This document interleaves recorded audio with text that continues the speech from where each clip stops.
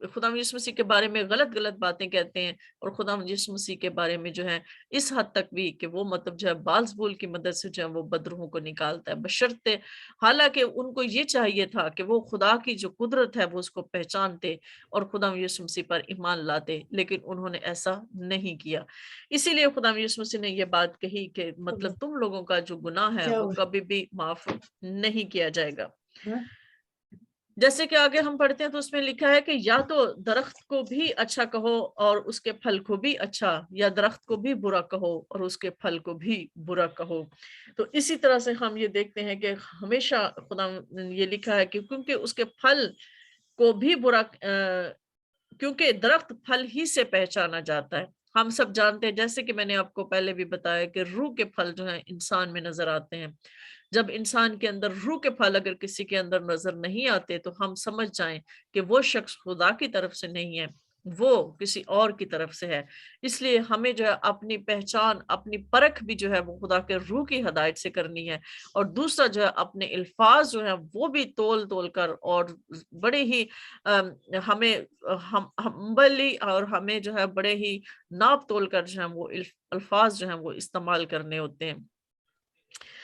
بے شک ہم سب جو ہیں کمزور ہیں، ہم جو ہیں ابھی ہم سیکھتے ہیں اور ہم خداوند میں کاملیت کی طرف بڑھتے ہیں۔ ہم سب سیکھنے کے عمل میں سے گزرتے ہیں، کیونکہ ایک دم ہم سب سیکھ نہیں جاتے۔ ہم کمزوریوں میں ایک دوسرے کو سہارا دیتے ہیں، کمزوری میں ہم ایک دوسرے کو سکھاتے ہیں، ہم ایک دوسرے کو مطلب جو ہے اپ لفٹ کرتے ہیں، ہم ایک دوسرے کو سمجھاتے ہیں۔ ہمیں یہ ساری چیزیں کرنی چاہیے، لیکن ہمیں کسی کے لیے ججمنٹ جو ہے وہ پاس نہیں کرنی، ہمیں کسی دوسرے کے لیے جو ہے وہ ایسے الفاظ استعمال نہیں کرنے، کیونکہ یہاں پر اگر کلام میں ایسا لکھا ہے کہ ہر ایک نکمی بات جو آدمی کے منہ سے نکلتی ہے اسے مجرم ٹھہرائے گی، تو میرے عزیزو یہ نہ ہو کہ ہم اپنی کسی بات سے مجرم ٹھہرا دیے جائیں۔ تو جیسے کہ یہاں پر اگر ہم 36 آیت میں دیکھیں تو اس میں لکھا ہے، اور میں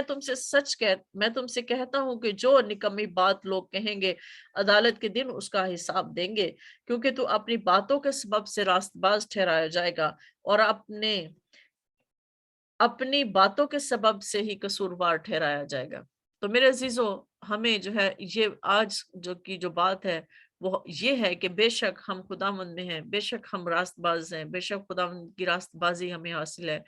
اور ہم جو ہے اس پر ایمان رکھتے ہیں کہ ہم نجات یافتہ ہیں، لیکن ہمیں ہر ایک نکمی بات سے جو ہے وہ پرہیز کرنا ہے۔ ہمیں ہر اس چھوٹی بات سے جو خدا کے کلام کے خلاف ہے، ہر اس بات سے جو خدا کے پاک روح کے خلاف ہے، ہمیں اس سے جو ہے خاموش رہنا ہے، کیونکہ اگر ہمیں بعض اوقات سمجھ نہیں آتی، بعض اوقات ہم پہچان نہیں پاتے، یا ہماری پہچان جو ہے اس حد تک نہیں ہوتی کہ ہم کسی کو پہچان سکیں، لیکن ہمیں یہ کرنا چاہیے کہ پھر تب ہم خاموش رہیں اور خدا کی آواز کا ہم انتظار کریں۔ ہم خاموش رہیں اور اس کے بارے میں خداوند کی جو رائے ہے، جو پاک روح کی جو رائے ہے وہ ہمیں خداوند دیتا ہے اور ہمیں سکھاتا ہے اور ہمیں بتاتا ہے۔ جہاں پر ہمیں کچھ سمجھ نہ آئے وہاں پر ہم خاموش ہو جائیں، ہمیں بولنے کی ضرورت نہیں، لیکن جتنا ہمیں سمجھ آئے، جتنا ہمیں سمجھایا جائے، ہم اتنا ہی کام کریں، اور ہمارے جو الفاظ ہیں وہ بھی اتنے ہی اسی طرح سے مؤثر ہوں، پرفضل کلام ہو، نمکین کلام ہو، اور کوئی نکمی بات ہمارے منہ سے نہ نکلے۔ یہ نہ ہو کہ ہم عدالت کے دن جو ہے اپنی باتوں کے سبب سے ہم جو ہے قصوروار ٹھہرا دیے جائیں۔ تو اس لیے ہمیں ہمیشہ دوسروں کے لیے بابرکت ہونا ہے، ایک دوسرے کو اپ لفٹ کرنا ہے، ایک دوسرے کی جو ہے ہمیں رہنمائی کرنی ہے، مدد کرنی ہے جہاں تک ہم سے ہو سکے، ایک دوسرے کو ہمیں تسلی دینی ہے، ایک دوسرے کو ہمیں اطمینان دینا ہے، شادمانی دینی ہے، اور ہمیں ایسی باتوں سے جو ہے وہ اجتناب کرنا ہے جو ہمارے لیے ہماری جو ساری جو محنت ہے، یہ نہ ہو کہ ہماری ساری محنت جو ہے وہ ضائع چلی جائے ہمارے اپنے منہ کے سبب سے، کیونکہ جیسے کہ یعقوب کے خط میں لکھا ہے کہ زبان ہی ایک ایسا عضو ہے جو انسان کے کنٹرول میں نہیں ہے، یہ ایک ایسا زہر ہے جو کہ اور ایسی جو آگ لگاتی ہے کہ جو پھر بجھنے کی نہیں ہے۔ تو میرے عزیزو، ہمیں خاموشی جو ہے وہ سب سے بیسٹ ہے۔